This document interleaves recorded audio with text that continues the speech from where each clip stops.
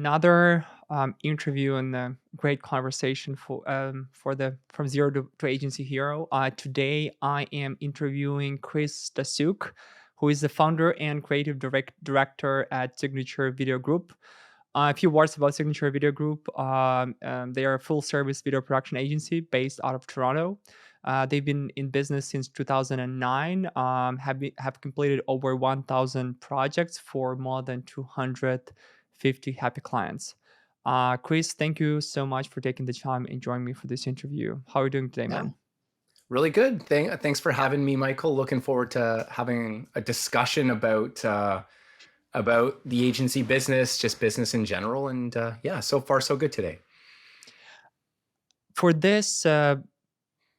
this kind of show, I'm interviewing top 100 agencies based on Clutch rating 2023, and you guys have been ranked number 81 out of like 20,000 companies globally. Congrats on the success. And kind of the first question to kick this off is: have you been intentional about the rating? Have you been measuring it, looking at it? Have you what is that tell you that you guys are in that top 100 list, and what kind of effect did it bring to your organization? Yeah, so I guess there's a few different lists that we look at when it comes to Clutch. There's the sort of the I think the one you're mentioning, the 81, that's actually out of all agencies globally on Yes. Clutch. And I believe that list has, I want to say it's like 120,000 firms on it. Oh, So massive, massive list. Um, we're really proud of that ranking. I think we were just outside of the top 100 last year. Um, and then a few years ago, I think we were in like the top 500. Still an honor to be in the top 1,000. But and then there's the more specific list, which is the like video mhm. production centric. And for the last 2 or 3 years, we've been flirting with 1 and 2. So we're sort of we're 2 and then we're 1, and that's um, at 21,000 firms. So to be at the top of our niche has been amazing. And to answer your question, have we been intentional about it? A little bit. We do tend to send sort of our premium project clients, a Clutch review link, if it makes sense to do so. Um, Again, it's quite a bit of a commitment for your client to go on and either write something for you or take a phone call with a stranger. So we're very selective of who we send that way. So we're Right. we're a little bit intentional, because it's yielded really good results. The fact that you guys measure it, and the fact that, as you said, you're flirting with the first and second place, you're playing around with some sponsorship, probably speaks to the sort of like intentionality of your decision. um Yeah. Looking at platforms like Clutch, in the sort of like percentage ratio of the leads that you guys are getting, where that percentage is for the Clutch: 20, 30, 50, 100? Yeah, good question. It depends on the time of year. Just like, there's a lot of more aggressive search intent for what we sell in like Q4, for example, of the year, where there's firms Noted. looking to spend out budgets that they've got remaining. But I would wager a rough guess of maybe 20% of our good leads come from that platform and others like it. Um, you guys have a paid sponsorship, right? For that featured listing, and Yes. do you, depending on the seasonality, do you sometime opt out from it for the time being, or you consistently ongoing paying the sponsorship for Clutch and other platforms? So there's a few lists that we sort of maintain, an ongoing sponsorship or featured listing approach, and then we sort of experiment with some of the other more niche lists. The thing about a platform like Clutch and others like it, they're always changing and adapting and offering new abilities to reach you know Right. customers in different areas. So they have different geo-targeting metrics, and they have so many sub lists from within one Mhm. specialty. So we do experiment with some of those things, and usually we'll try it out for at least 8 weeks, just to sort of see, at the average of what 2 months Right. yields. But we're pretty then quick if something isn't working. We're pretty quick to pull the plug on it, because it's not inexpensive. Last question on this topic. Are you using the high ranking and being the leader in your vertical, um, apart from generating leads in some other aspects of the client journey, in the sales, during the sales calls, during the follow ups, on sort of like creating some brand awareness on the website, etc. Yeah, for sure. We certainly use like our cachet on that platform and our organic ranking as part of our story. In particular, when it comes to speaking to clients who, um, like, data matters most. So it's sort of like the story Yeah. of, you know, and if data from a third party verified sort of platform matters to you, this is a good one. We rank XYZ on this platform. Mhm. Um, but I think the real story is, um, having that third party verification that Right. these reviews are Yeah. legitimate, because I think we're all well aware of, there are so many fake reviews out there. This is completely verified, and I think that Yeah. that gives, typically enterprise clients a little bit of peace of mind, where they can go on to a platform like Clutch and see, it's not just like John G executive. It says who they are, what company they're at, what position they Right. hold. In some cases, the clients are transparent about, the budget Budget. range Yeah. that they spent. And so it's a really useful tool for those in procurement, to like get to the bottom of, if is this a legitimate firm, is this a good firm for us. So the three pieces we think, um, every good story has, when you're talking to a new prospect, is your origin story.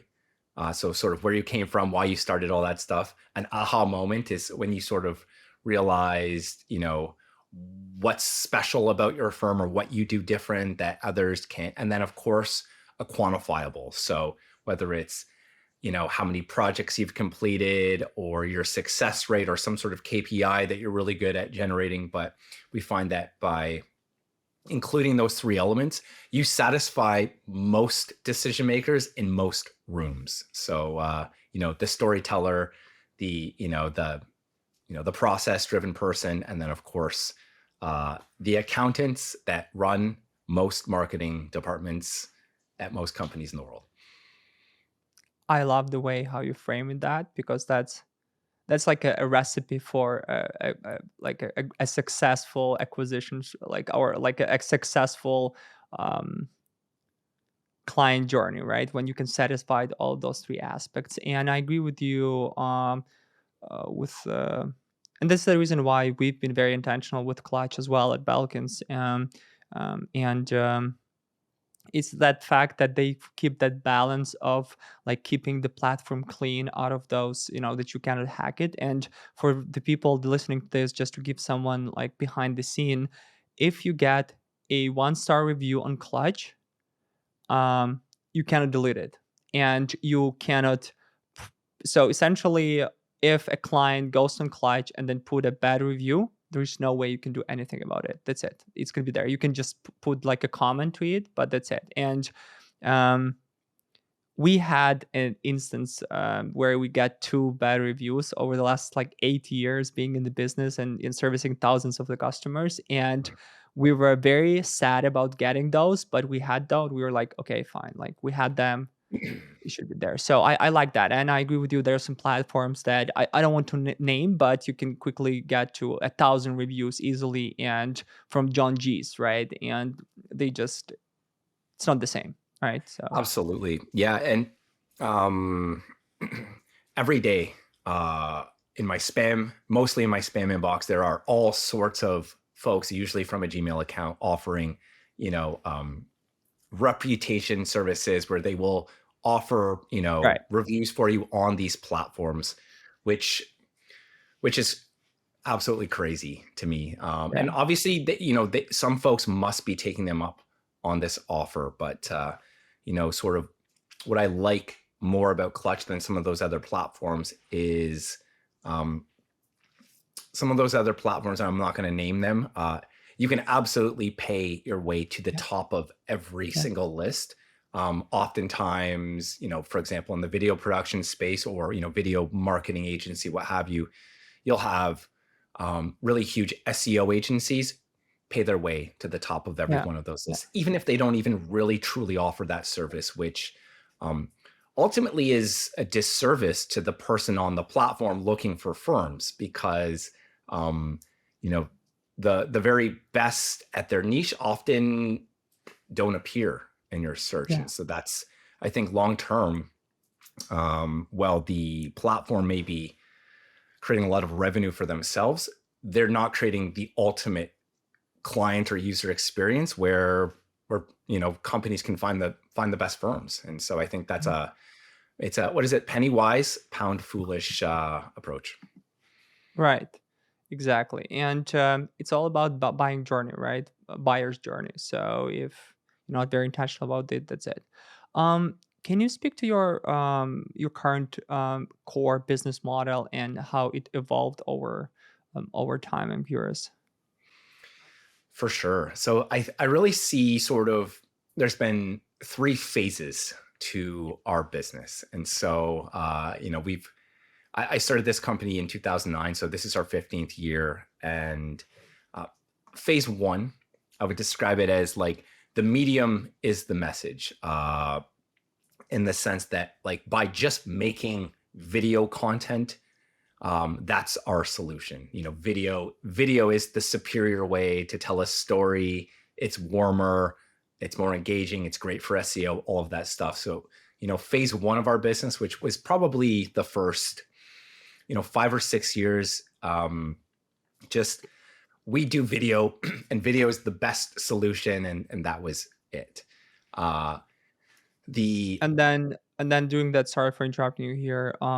Just some specifics. So during those 5 years, um, how you were getting paid? Like it's a on demand, so it's like it's a tailored. Like you order a video, it's like per hour or per project, or how did you Yeah, make we money there? we we kind of we were experimenting with a bunch of different things, but like the very first thing I came to market with was basically small business profiles, Mm, for mostly for restaurants, because I came from the restaurant industry, and you know I knew how to talk to those people. I worked my whole life in the restaurant industry, and so um, my approach was basically doing short video profiles of you, your restaurant, and then we did this little gimmick at the end where they would sign a piece of glass in front of the screen, and right. it would sort of like put you're not afraid to put your mark on this. This is your business, you stand for it, and this is my promise to you. So we were charging, I think it was like 2,000 or $2,500 for a profile. And I remember Oh, wow. my first month in business, I think we did like two or three just from my existing network of restaurant owners I knew. And I was like, oh, this is great. Like, I can scale this like crazy. But once that sort of referral network dried up, things got lean. The first Yeah. many years were very, very, very lean. Because again, we didn't have, a super deep network. We didn't have, an SEO ranking. Nobody knew who we were. We didn't have a portfolio, all that But stuff. what a great approach, Chris. Like having a boxed small offer, like food in the offer, what is clear, it's like templated in a way you can, run multiple of those and it's easy to sell. It's immediate value for the business. It's a low cost. I love that. I think it's the best receipt. To be honest with you, I think it's the best offer for one of the best offer for the beginning agencies when you're just starting out. As you said, like you don't have a case, you don't have case studies, you don't have a big network, and you don't know what you actually are doing and how you're going to be scaling that. Yeah.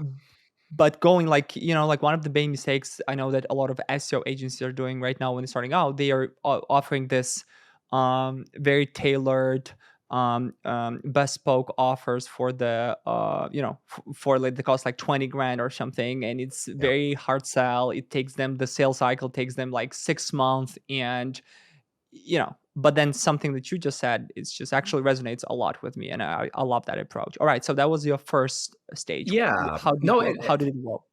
yeah, and just on that topic again, it's like, coming from that, food service restaurant business, again, create a menu, right? Where you understand exactly what it costs and what you get and what it takes to get to that result, right? So that was our Love that. thought. The next evolution, I guess, was now really like inject storytelling into the content, where now it's not just the video, we're using the power of story Mm, to sell whatever it is you need, or to educate or entertain or what have you. So really try to differentiate from how we tell the story. Now, it's not just, you don't need a video, you need to tell your story. And so um, we started bringing in collaborators who were, really good at that visually. So like, world-class cinematographers, where you can tell a more filmic cinematic story, telling, finding, identifying stories from within their brand that would help them build trust, right? So, for example, a really cool one we did many years ago was for Autodesk, one of the biggest software companies in the world, mhm. and they came to us for um, helping them launch a new product, which was called Sketchbook, which is a sketching software. Um, and the way we figured out how to tell that story was, well, let's find the world's best artists that are already using this product in beta and tell their story. So we started with one, and it was this guy named Ken Lashley, who's like a world famous comic book artist, but he's a bit of an older guy, and so he grew up building his like amazing, like world class portfolio. He's worked on every major property from Marvel, DC, Lucasfilms, et cetera, et cetera. And the idea was, you can teach an old dog new tricks. He learned this digital tool really easy, and we made basically a documentary, and it was super super effective. And because we were just telling this story of real life artists using this sketch tool, which really appealed to other artists, right? It Mm. was something that they could resonate with and understand, and really, you just in his, it was seeing him sketch something from start to finish, and then instead of scanning it and then emailing it, he just clicks send, and it goes right to the publisher, and you can get instant feedback. So Mm. yeah, essentially, how do we inject storytelling to help you achieve your goal? Which was So great that we storytelling. sort of, yeah, So exactly, storytelling was storytelling. like a value add on. So you were thinking, so the thinking was like, okay, we have this product, it costs 2,500. We're lean. We're not making enough margins. We obviously need to go up market. We need to increase our Yeah, prices. How we can get additional value? Let's provide additional value through the storytelling. Let's yeah. repackage the product, make it more high end. Will be more costing more, but we will provide much better value for the customer. That was the thinking, right? Yeah, and it was sort of a bit of a reverse, where it's how do we provide more value for the audience? And by Mm, doing that, so by telling stories that they would care about and that would get them to press play, lean forward, and watch the whole thing, by delivering value to the audience, we were able to then, deliver results to the brand. And so mm, we would then really start to look at the analytics of, by telling story with a great hook and a great character and a hero's journey, or whatever that story is. Um, we created content that people actually wanted to watch and would watch and share, and created this massive engagement. And as a result, the brands tended to get really great business results from that: signups, click-throughs, whatever metric that was. But then the real aha moment came really a few years ago, 3 to 5 years, where we kind of put that final piece of the puzzle together, which was results for you. So it's not just creating value for your Mm, audience. How do we prove that we achieved results for you? And that now let us move up into that value pricing model where now we're not selling time or we're not selling a package, we're selling a result. And that sort of helped us figure out who our ideal customer was. Ideally, it's someone who's selling, a really expensive product or service, or someone who had a big brand that had a multi-million dollar problem to solve. So whatever that problem was, right? Is it recruitment and retention? We need to hire better talent and keep them on longer. We need to bring in more prospects. We need to right. convert more prospects at the bottom. And so um, Mhm. by being able to prove that we were able to get results, now you become much more successful at convincing someone at a brand to make it a significant investment. People who the C-suite that understands price is what you pay, value is what you get. And so if we're going to solve a $10 million problem, then it's appropriate to spend, say, 10 to 15% Right. of that budget on solving the Mm, problem. So interesting. that So let really me helped quickly us with that. recap. So initially you started with like having a product. So we had like a product. Then you sort of like transition into um or expanding into and your thinking process was around um how this product impacts the audience, or what kind of impact this product has on the audience, what kind of metrics we can generate. And then the third stage, the final stage with you, was what kind of results this impact bring to the client, like what kind of problem we solve, and then how we can measure that problem with regards to X, either Yeah. dollar spent or the problem change, etc. And then, but initially that's the same product. So essentially this, you just kind of up leveling up the product to the another tier, but you're still keeping that product in mind, like that video. Yeah. um and then do you price the same? Is it like the same, like fixed, plus you just increase the fixed, or the sort of like the pricing also evolved over time with these transitions? Yeah. So by being able to prove value, that lets us detach what we do from sort of like from time. How much time is this going to take? How many days of Mm, production? How many people? Like the traditional sort of way you price um, a video production, or anything in that space, it would sort of be cost plus time. How much is it going to mhm. cost us, and then with a margin built in. Right. That was sort of where we were in the middle part of this story.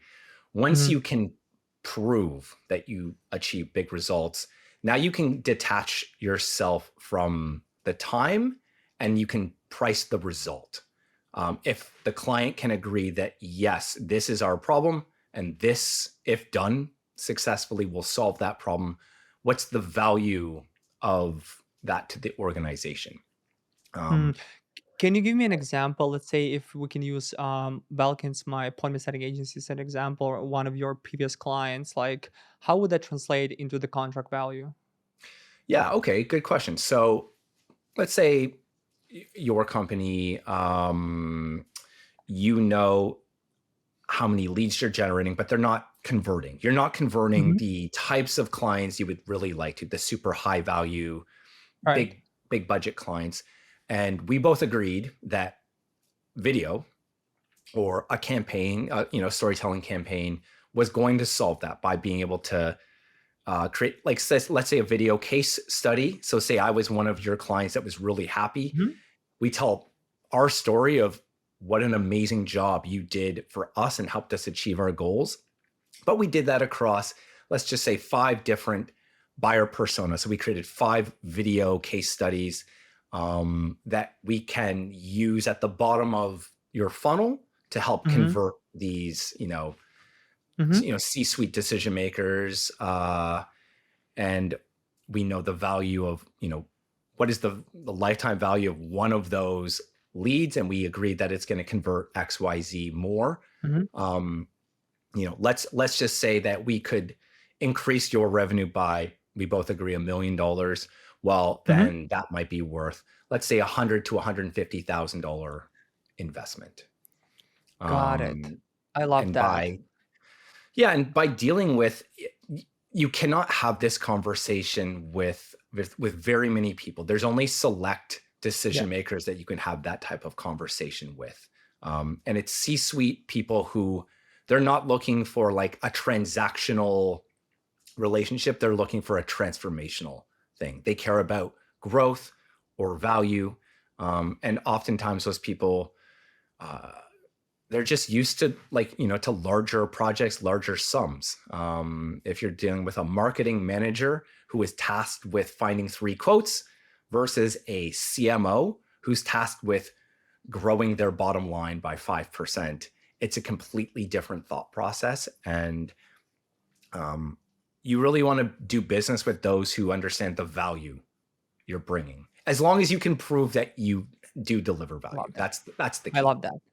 I think people that are listening to this didn't expect that we're going to be discussing the bottom of the funnel and ROI and results when I'm interviewing the founder of the video production agency. You guys should be creative, like, like going and filming, Yeah. but not committing to the results and measuring that. I love that. This is actually a surprise for me as well.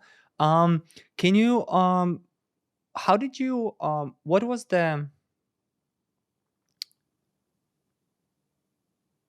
who inspired you or who you followed that um, that sort of like you have the mindset of a of a like a marketer and the so the mindset of a um when it's not about just the creative and then the product, but it's also about the business and the results that you measure, how For people sure. can kind of get to the same space where you are right now. Yeah.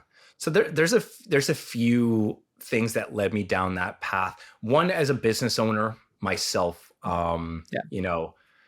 I'm willing to spend money if I think it's going to return. So is it Right. an investment versus an expense? Um, I've got I'm very lucky and privileged to have some great business mentors who own, various different sizes of businesses. And some of the best advice I ever got from one gentleman was, um, he said, if I give you $1 and you can give me back $1.05, $1.06, something 5 or 6% return, I'll never stop giving you dollars. Right? It's Right. sort of like, it's a no-brainer. And that's what value-based decision makers understand. It's not like, oh my God, this cost $1 million. It's, oh, okay, we spend $1 million, but we'll make, 1.2 back, or whatever that ROI is. So that was a good advice. Basically, if you can, you to get rich, learn how to make money. To become wealthy, learn how to make others money. That's sort of the thesis of that. So great business mentors sort of teach you that. But then something that's like publicly available, I get a ton of value from this YouTube channel called The Future, FUTUR, run by a guy named Chris Dusuk, who built this really cool design agency, I believe in Southern California. And won Emmys, did great creative work, built like, I think it was like at one point, like, a multi-8-figure agency. And recently, a few years ago, he shifted into what he was really passionate about, which is teaching creative businesses how to do business properly, how to Right. price, how to talk to customers. He's absolutely amazing. And I think he's got a paid portion, but I've just watched, their free videos for years and years and years. And I remember him sort of, I can't remember the exact example, but it was, and I've come across this in my career, it was, how is a design agency able to charge a big brand like $1 million for for a logo redesign, when, and you often see the redesign, it's like they moved one line or they changed like Almost Right. nothing. It's like Yeah. it's very similar, but it's the value of that that's at the it's the risk of what if this goes wrong. It's the value of what this new rebrand can generate. It's sort of, yeah, juicing yourself into the value conversation versus a marketing expense. So yeah, the I love thesis that. really is, yeah, if you can learn how to make others money, they will never stop doing business with you. I love that. Would you say that this is your unique value proposition that sets you apart from other video agencies? Absolutely. Yeah. I think that's actually what's allowed us um, to excel on platforms like Clutch. Also, we have a really strong win rate when we get in to the right rooms. Yeah, by being, and we've got fantastic case studies across various different industries. So we've got fantastic case studies for recruitment and retention, where we've helped some pretty big companies um, recruit top talent, and they were kind enough to say that our efforts were the factor in helping them do this. We've got great case studies with helping clients sell a lot of things, so they were able to exceed, sales projections and things of that nature. And then the third part, which is a little harder to quantify, but I would say like another thing that makes us unique is at that upper tier of service offerings, it's mitigating risk. So, for example, if we're creating content that includes talking to a company's C-suite or their top clients or customers or power users, there's no room for risk. This Right. is an incredibly important story, and so um, the cachet of basically saying you can go and get this same service for less. You could, and you may be successful, but what if you're not? What if this goes wrong? What if somebody drops the ball and embarrasses your CEO on camera? Things like that. Yeah, by being able to sort of prove out that we've told very important, high leverage stories for brands, when failure is not an option, that's Yeah. sort of like the third element that we preach. And this actually brings me to my next question about your ideal client profile, because I think when you mentioned Autodesk as an example, and um, the clients that you describe, that you cannot, there's no room for a mistake. Obviously, you can charge for that, but you need to have a certain process in place, a certain mindset in place that will allow you to deliver to them and to be able to to provide that service in a fashion that they know that that you would mitigate a lot of risk for them of a failure, then that there's a high chance success that the product that you're working on will actually be successful, right? So speaking about that ICP, you started off with the restaurant, then you've mentioned Autodesk somewhere in between. Like, where are you at right now, and what do you think? Like, what's your thoughts on the buyers and the ICPs for the video design agencies, right? Like um yeah, anything shared in this regard would be tremendous value for the listeners, I'm sure. Yeah, for sure. So um, ultimately, we want to end up in conversations with C-suite decision makers, so like value-minded decision makers that care about the result, or even better, care about like a larger mandate growth of a company, right? Company Right. growth. So those are the people you really want to speak to. However, you almost never start the conversation with those people. Mm, Those are not the people that are searching for you on Google or on Clutch or any of these other platforms. Um, you have kind of what's called the gatekeeper to speak to first. So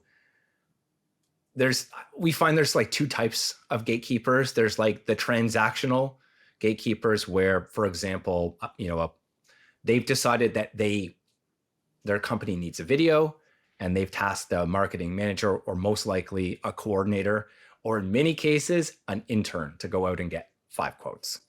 Right. And that's those ones are tough because now it becomes literally about price. And Right. we can't win that battle because there's really a race to the bottom when it comes to pricing. So there's always somebody willing to do it cheaper. And so, our first step of the process is, we need to have a call, a discussion, Zoom, whatever it is, with the project stakeholders. Ideally, the decision makers all the way up to the top. Hmm. Most of the time, this is not a possibility. They really just want a quote. So when somebody just wants a quote or a scope and they won't have that discussion, we've made the decision like a few years ago to just not quote those projects out. The chances of winning those are pretty much zero. In fact, I can't think of a single instance where, without having a conversation where we can ask all of those questions and prove we understand their needs and what it takes to get a result. Hmm. Yeah, I can't think of a single time where we've just submitted a bid and won. So those are the transactional gatekeepers.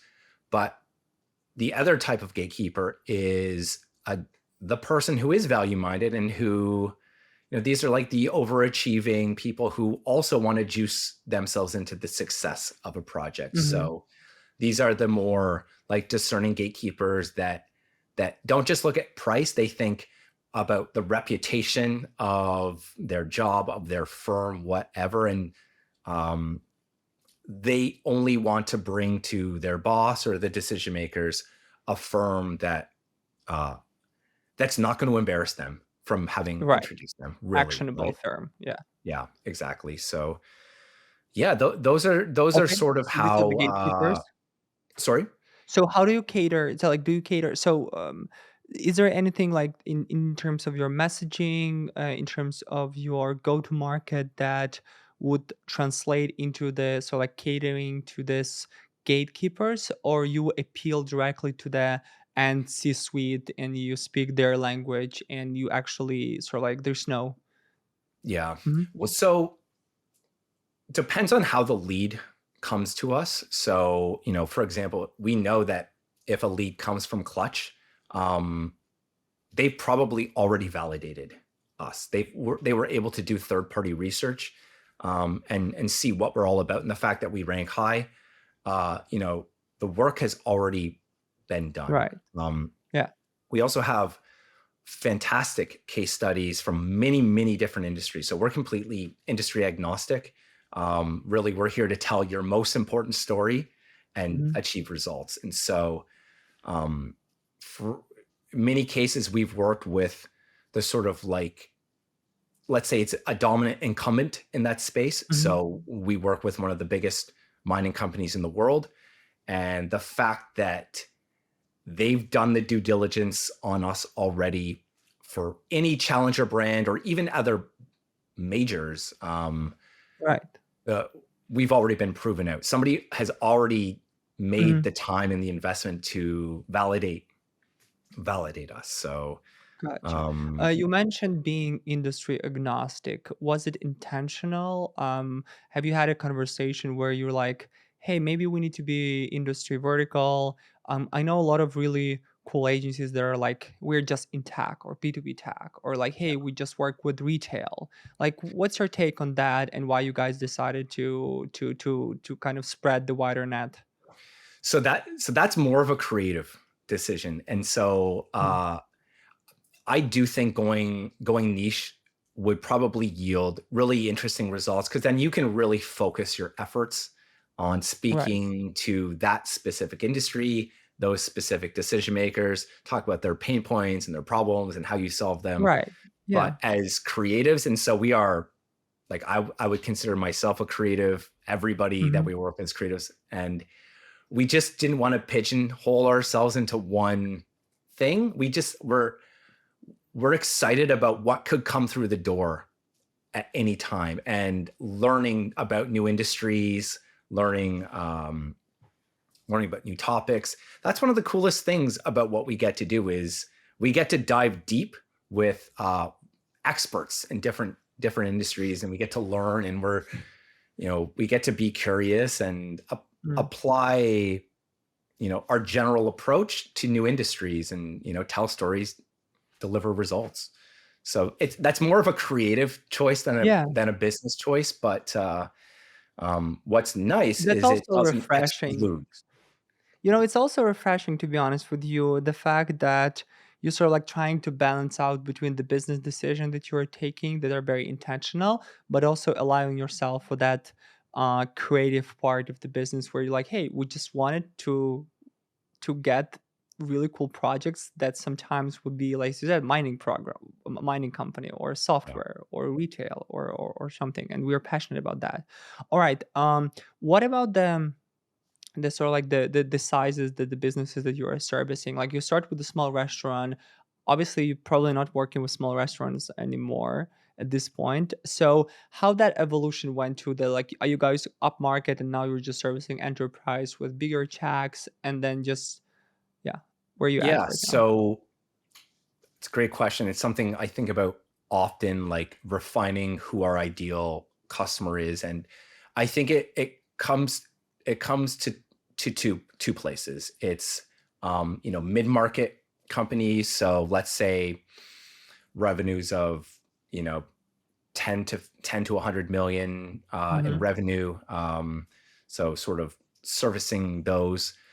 But really, we want to be dealing with bold decision makers at incumbent at the sort of like dominant firms. So um, people that don't want to play it so safe, they're willing to do riskier, not riskier, but create bolder content. So from the incumbents, and then where we really excel is challenger brands as well. So challenger brands that again are still very, very large companies, but they're not afraid to have bold decision making and do bold things and try things out. We would consider ourselves aligned with them. We're a challenger agency. We're independent. We're small, and we always sort of speak to small but mighty. Unlike massive agencies out there that I've worked at brands who are on the other side of this. It's a mega global agency, and they bring the A team to pitch you, and then once they win the business, you get like the C or D team executing your project or what have you. So it's a bit of a bait and switch, and so I always found that frustrating. And a lot of times, brands don't even know that's what's happening. And so we wanted, we dispel that. We let folks know, yeah, I will be working directly on your project. Everybody on this Zoom call is like, you get the A team every time. And that's really important to some brands. That's the first rule of signing up a new agency. You don't talk to a sales team, you talk to actual team who will be delivering the service to you, right? And who Yeah. those people are and how to work Yeah. with them. Because as you said, like the bigger you get, the more difficult it is to maintain the A team at all times, Yeah. and you need to bring on your C or D team sometimes, right? So, Yeah. um, hey, I love that so much. Now,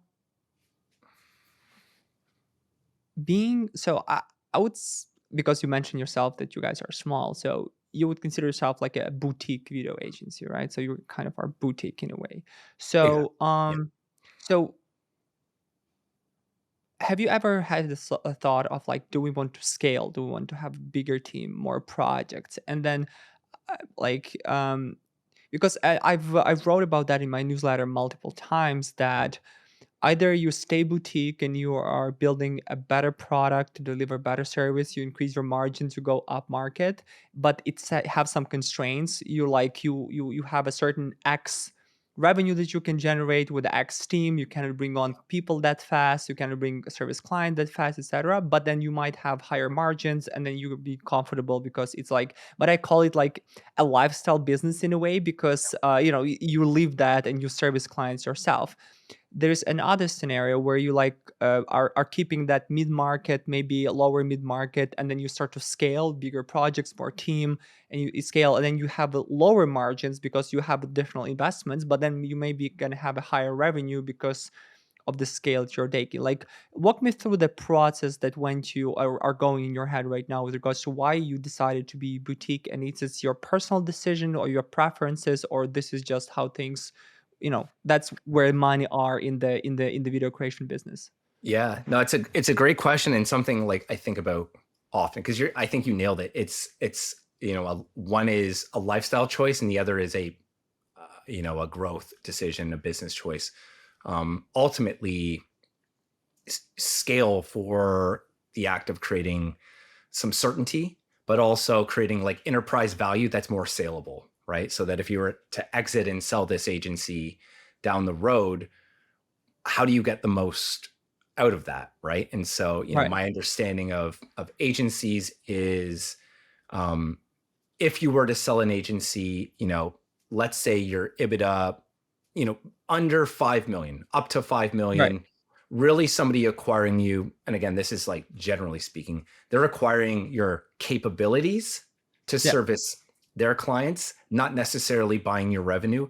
Now, the higher you get, they're starting to like, consider that revenue more. But when you sort of get above that, let's call it 5 million EBITDA, now they're buying your book as well. And so your Right. multiple Yeah. goes from, say, 3 or 4x to potentially much higher if you have tech Hmm. that enhances that. So you can go 10 to Hmm. 10x. 12x, Yeah. 10x on that multiple. Mhm. Um, so I always shift between wanting to take that route, like, but that's sort of like a growth at all costs, which is really not who I am. Um, Having a nice lifestyle, but still like sustainably growing and creating like, a meaningful place where people really like to work. That matters a lot to us. And yeah, like I just, I want to be excited about going to work every day and really like who we're working with and being able to have those like Yeah. meaningful things rather than growth at all costs. And truth be told, I've like done a lot of self-reflection and I don't believe that I am the one to lead a growth, like a growth at all cost minded agency. I don't think I would be successful in doing so. So if we did that route, I would have to bring somebody in who is a little bit more, seasoned at that or capable of that. I always said that it's a lonely route when you're growing and on the growth, because your margins are not very. I remember like I we made higher margins and I made more, like in dividends, when we had, like a 1 2 million EBITDA, whereas like when you have 5 million EBITDA, there your margins are like, or you could have, but then you're like at the scale where you're battling between acquisition and churn, and then what the next step and the payroll and additional things that are happening, and all over it, and you bring on a lot of different roles like compensation and benefit, communications, like bigger HR overhead and all those things, and it's not going to make you either happier or make you more money as an executive, and so on and so forth. So Totally. Yeah. In that route, you end up exactly like you said, you now have to bring on all of these elements just to service the people at your yes, firm, and your overhead can become massive, and that creates very like a massive, lot of sleepless nights thinking, oh very. my gosh, like I need to make $400,000 this month just to make payroll, right? Something Yeah, like that. And yeah, exactly. that doesn't sound great to me It me doesn't, to me it's not. personally. Yeah. Yeah. 100%, 100%. And not many people can handle the operation part of it. So it's like you need to be a very like operational geek. Yeah, So if when you start doing that, then your creative part would be secondary, right? Like you won't be able to work with clients, you won't be able to be creative and and fulfill your, like, hey, yeah, this is a great project I want to work with, and then you for would be sure. in the books and planning and and like meetings and stuff. So Yeah. all right. But yeah. But I was just to add to that Yeah. though, that's not to say like we often are looking at opportunities where we can maybe productize a service and scale Hmm. that. So have a specific offer that that can be, I shouldn't say mostly automated, but like where we're selling, thought leadership or a Yeah. particular solution where we can sell that specific offer. Going back to the restaurant days, here's what it costs, here's what you get, here's, the benefit of that. So whether that be, a digital product or some sort of training mechanism or, Yeah. a Yeah. custom GPT or a piece of Yeah. software, whatever. I know example. For example, in my industry, there was this instantly. They were doing they were a lead gen agency, and they pivoted in the they built their own engagement platform for cold outreach, right? And so Mhm. they serviced X number of clients. They had some margin. They're investing in building their own software, and they completely pivoted in that direction to scale, right? And they've been very successful at that. But they would have been able to maintain the growth at their agency because that wasn't their thing. Like they couldn't handle the operation part. So that's why, like again, I think it's you were very right saying that it's again it's also about you and what do you want with this with the project and how you envision your workday and the end goal. And I love that you mentioned the EBITDA because I do agree with those access, and that's something that I was told by private money exactly the same if you Yeah. wanted to plan your exit strategy. So guys, take a note of this. Um, all right, so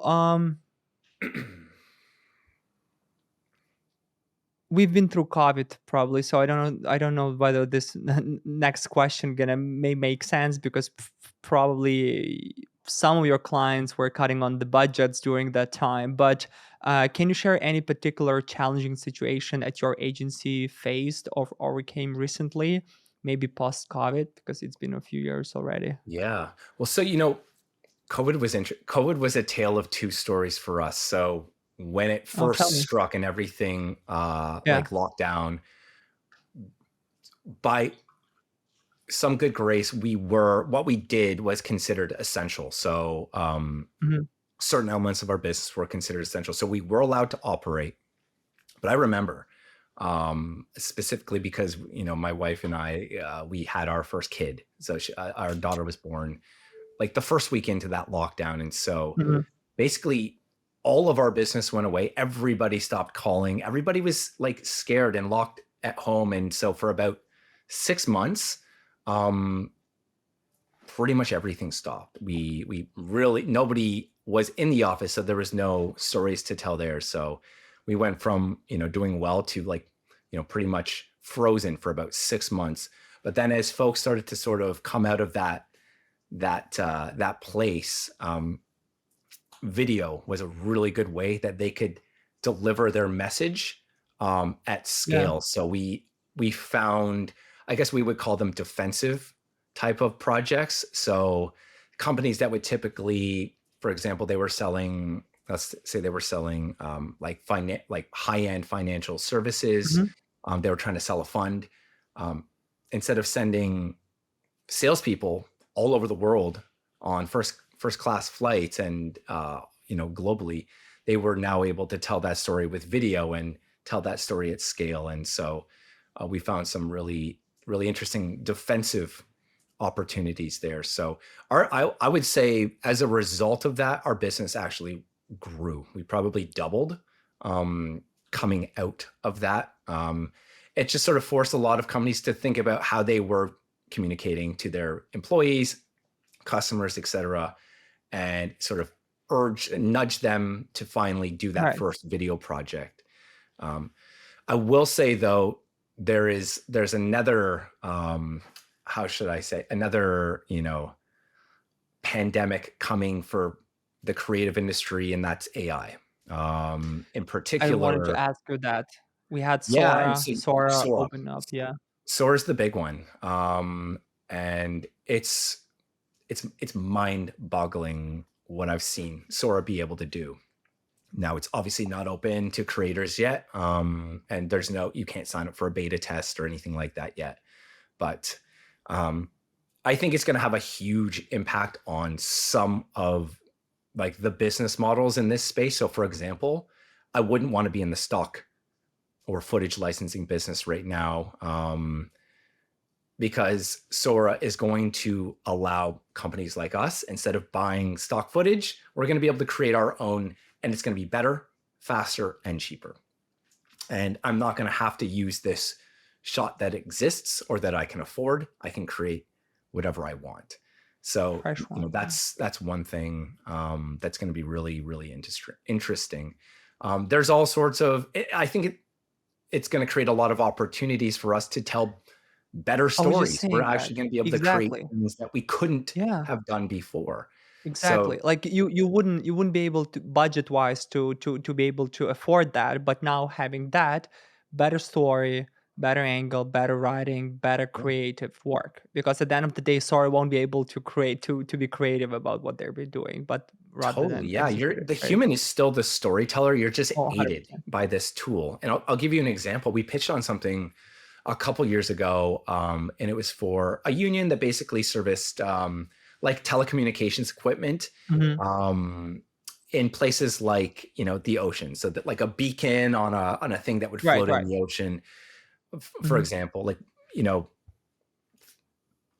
they would make repairs on things that were really hard to get to. And so we went through this whole process of how do we tell that story of these heroes, but to go and shoot, you know, like a repair person on a dinghy in the Atlantic Ocean, it's just not going to happen. Like, even if you It's not could possible. get them to pay for that, the risk profile of doing that is like off the charts.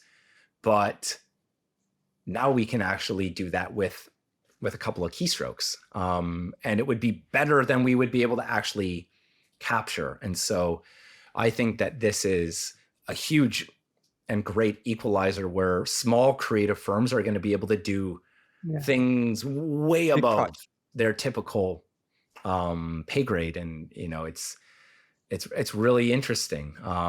Yeah, lets the small guy step up to the plate, but it also lets the brands and the clients themselves potentially take some of these things in house.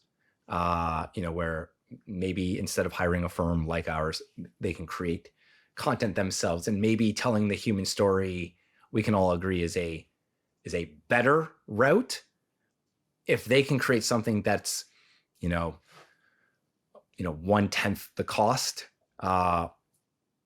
Is the value of that attention worth 10 times more, right? So they can create things that are way less cost and will still achieve a pretty reasonable result. But I think Mm. still it's the tool of the creatives, right? It's how do you Yeah. prompt this thing? How do you tell the story? You still need to get to the bottom of what's Oh, the client's 100%. problem, who their audience is, 100%. what's going to motivate these people. And so, I thought the same. I thought when the Chat GPT was released with like content and we are in cold emailing game, I thought like, okay, messaging will be completely AI based, everything. But then everything went down to like you need to know the product and the industry and then yeah, the best practices and then know how to package that and be creative about that and juggle all of those things at the same time, but also having experience in that and working with the clients and all of those things. So we ended up in the situation where there's a very low quality,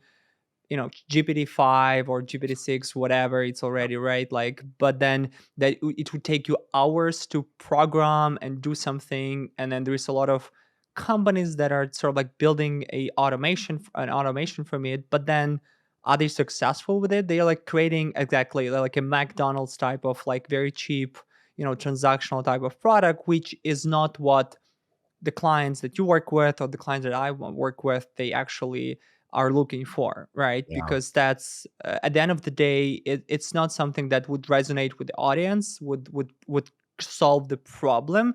It yeah. might close some gaps in a way, like maybe using for internal things, right? But not as like if you're working on the product that you spend millions or billions of like developing, you Yeah. won't be doing that with a Chat GPT, right? So No, for sure. And what's interesting too, like we've already, like, we use AI every day. And it has allowed us to now visualize some of our creative ideas. So we're actually able to now pitch far more creative ideas than ever before, showing, instead of having a storyboard artist try to sketch something out, I can spend a few hours on Midjourney and create concept art for, let's say like a grand sci-fi vision for a product or what have you, and they can actually see, like, show don't tell, right? Instead of me describing a scene, Yeah. I can show you what I think it's going to And look like. showing. And that's been really exciting. I remember just last week I was in like a I'm part of a CEO group, and somebody sort of made their presentation on what their company does, and they said Mhm. something interesting. And so like literally over the lunch break, I cooked up a couple of storyboards on Dali and just showed them, like, just sort of like a bit of a Yeah, joke, yeah. but they're like, holy cow, like, when did you do that? And so that actually led to a business opportunity. And so yeah, it lets the creative person now visualize what's in their mind. I'm looking at AI as the vehicle. Again, there will be a very like routine, low pay, very like you don't put your brains on. They will be automated by AI.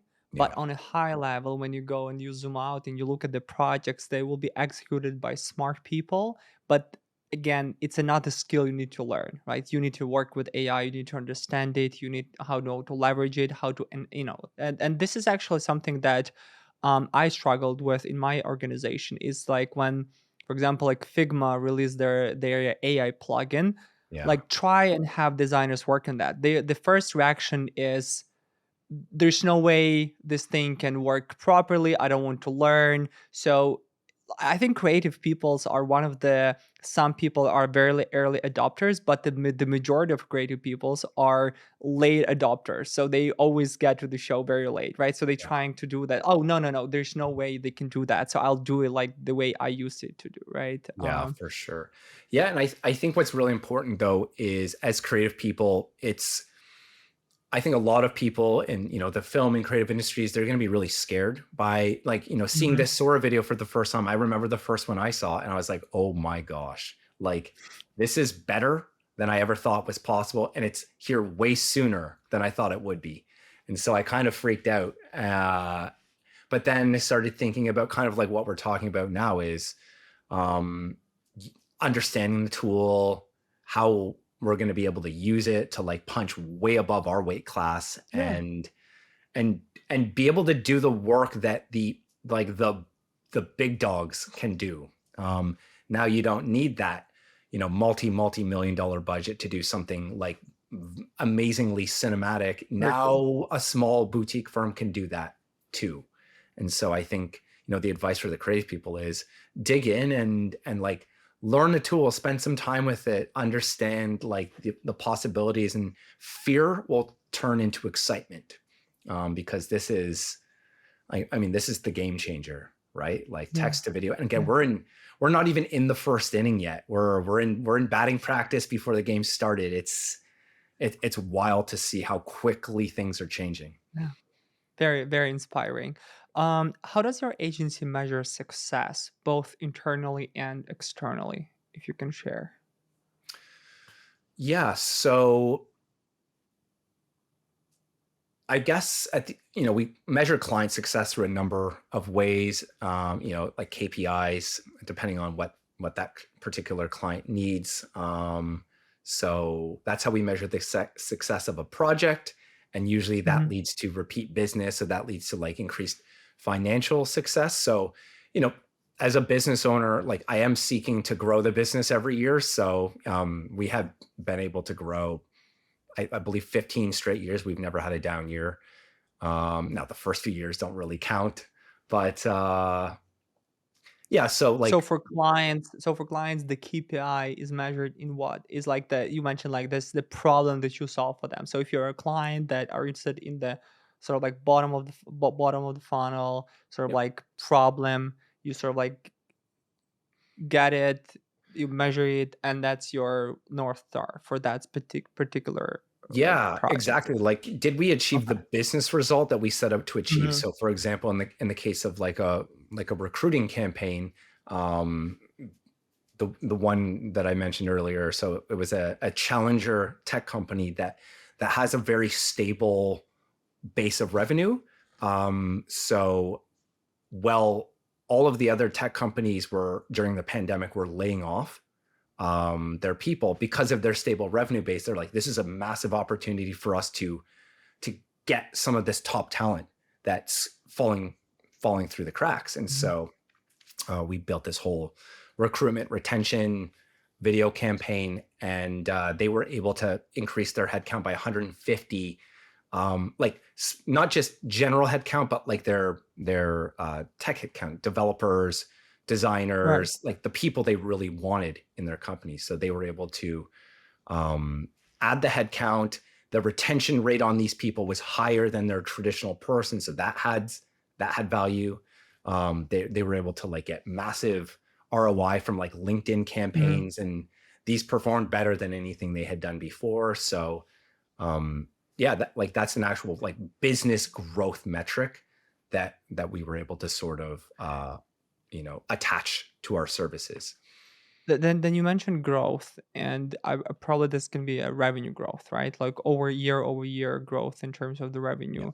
And then like, do you have a certain like benchmark in terms, not the benchmark, but like, do you also track the profitability of the business? You need to keep it at the same level, or depending on the year, or depending on how far you want to grow, you sometimes sort of like sacrifice on that profit margin a bit to keep the growth, or like what's your take on that sort of like balance? Or if you take, or if you, or because what I did like last year, I said Yeah. like growth at all costs, so we don't need to make any profits, like just grow as far as they can go. And then it put me in a situation where I didn't grow and overspent, so I was like, fuck. All Yeah, right, the profitability for this year is the king. So for sure. what's Well, profitability is definitely important. And again, like I'm sort of guilty of sometimes I'll sacrifice profitability to do something more creative or tell a more interesting story, or they didn't really have the budget for something we did, but we're like, oh, but we loved the idea so much. We're like, we'll figure it out. So I do. I have sometimes sacrificed margin for you know for creative. So But external success would be the impact.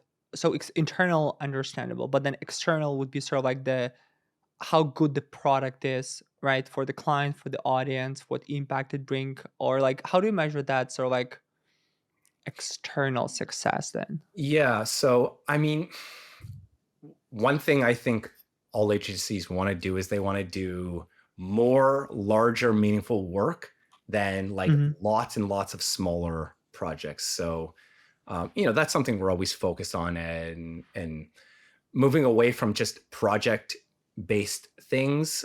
There's always going to be a portion of our business that does that, but really becoming like partner level participants where there's always an ongoing conversation of, okay, we're solving this problem first, and once we do that, we move on to this next thing, and then we move on to this next thing, and then maybe we double back on that first one and look at what's working, how do we make it better, that sort of thing. Yeah. So um I guess it's sort of like client we just want to do like larger, more meaningful, ongoing work, where we're seen as partners, not as vendors. So that's sort of like a bit of an external uh, metric. And yeah, I'm not sure if that answers your question, but yeah. It does. It does. If your agency was a superhero, which one would it be and why? Hmm. I guess, you know, I would think perhaps Batman, from the perspective that, you know, there are some storylines of Batman where he's like the world's greatest detective, right? And he's aided by tech, but really he's a detective solving crime at the end of the day. And um, using that metaphor, we would be sort of the great detective looking to your business and based on what business goal you need to accomplish, identifying the stories that will help do that. So being detectives, getting to the bottom of what's going to solve that problem, and then using tech and techniques and et cetera to help bring that to life. So uh, fighting fighting crime through storytelling. Yeah. Love that. One last question before I let you go. Walk me through some basic metrics or some basic P&L metrics for the like video agency on average. Not necessarily, speaking about your business if you're not comfortable sharing, but rather like just what I would expect from the business perspective. So, for example, like in that client like contract or in that project, what's typically the cost for the video creation, like when you go up mid market? In Just to give a perspective, like in appointment setting, when we do the multi subscription and we're that mid market, then we are at about 40% cost of service. We wanted to go it down as we can, but typically can go up a bit, but we're in that line. What have you seen for just video agencies in general? Yeah, so there's a few different like levels to how Mhm. it sort of works at the, I don't want to say the lower tier, but the sort of the more like corporate storytelling where you're more so executing a production where the client is putting the things in front of the camera. So Mhm. executives, Ah, their clients, et cetera. So you're just executing that. Those are lower cost, higher margin activities. So that's, the margin on something like that. I mean, it really does range, but in that 30 to 50% margin, maybe. Um, but as you move more into the like crafting the story, and like creating and crafting it versus just capturing it, so locations, on-screen talent like right. actors, hosts, whatever. And you need to Uh, pay for that. So you yeah, pay for totally. that, basically. Yep, So that's your cost. So it exactly. Yeah, can that becomes part cut of down the. the margins to what, like 10-20% basically, right? Yeah, like a typical production company doing like a big budget commercial, they're looking to, finish around a 20% margin, ideally. Yeah. Oh, wow. Okay. And then do you still have some budget available for customer acquisition? Like obviously you mentioned word of mouth, network, inbound, but then you guys invest in marketing. So what's that typical, would you would like expect in terms of the customer acquisition cost percentage wise that might be good to allocate for acquisition? Yeah, so I don't have a specific number, but as I sort of mentioned, kind of like looping back Yeah. full circle Yeah, yeah. is, if someone can prove that they can bring us high quality leads, and we're pretty good at converting those folks. Mhm. um, we're willing to spend on those leads. If we can spend $1 and make back $1.10, I'm willing to make that investment. uh, and not all leads are the same, not all prospects are the same, but uh, yeah, I mean, I'm certainly willing to invest in lead gen and appointment setting if those are converting into business. That's really what it comes down to. So willing to make an So investment you versus take on an expense. okay, but then in terms of that acquisition cost, like and when you look at like 100% acquisition cost, like it's a marketing versus sales. Yeah. So where how much go to where? It's like 50% budget into marketing, 15 sales, or 60-40, or it's a more sales driven, less marketing driven in a way if Yeah. you're in So, a I mean, boutique shop. so a good portion of our business does come from organic search. I taught myself SEO many years ago, and that's really paid dividends. I mean, that's the best form of marketing, because we becoming again the answer that people ask a question to. That's been amazing. When it comes to lead gen, we look at a number of different models. So like there's the cost per lead versus the cost per call. And in some cases, some lead gen firms are willing to sort of juice themselves in on us winning the business. So they actually charge nothing for the lead, but they share in the success. Now, those tend to be the most expensive leads Yeah, because we tend but to less risky, but less less risky in a risky way for that you sure. don't have a Yeah. upfront payment. Okay. All right. And then any thoughts that you can share on the sales closing, sales cycle? Like how much time does it usually take to convert? What's the conversion percentage that you might experience? Yeah. So we do tend to win close to 50% of the business we pitch on, which is pretty good. Yeah, Um, it's a lot. yeah, most again to talk about like how long the sales cycle is, it really depends. If a client comes to us with a specific start date or end date of when they need something done, that tends to move through pretty quickly. We do find that when somebody's just sort of starting the conversation, and they don't actually have like a project in mind or a specific goal, they're just like, how much does a video cost? Those don't tend to close very often.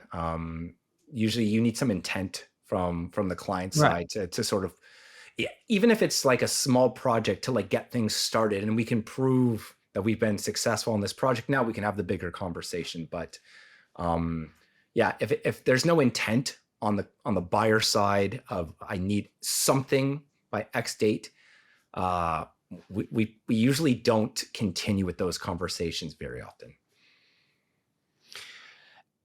And then you are still closing, so you're the main sales executive in the company, bringing on new contracts. So you have a sales team for that.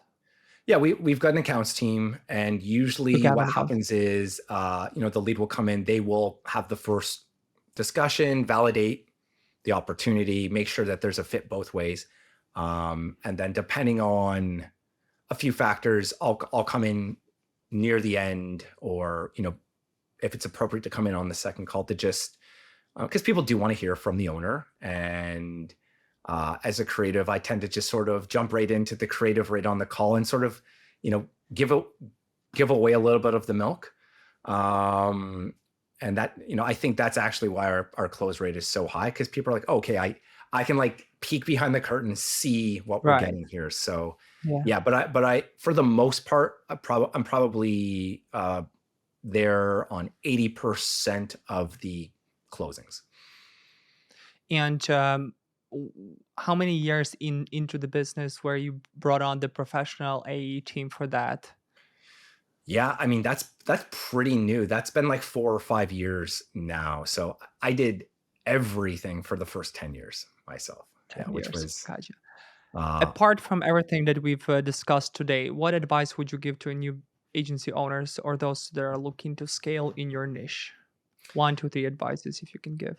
yeah, I mean, I think it kind of again loops back into what we've been talking about, which is um price is what you pay, value is what you get. So if you're really good at what you do and you can get results for your clients and you can prove it, you need to find a way that um not only did you get a result, but you can prove it. You need the receipts.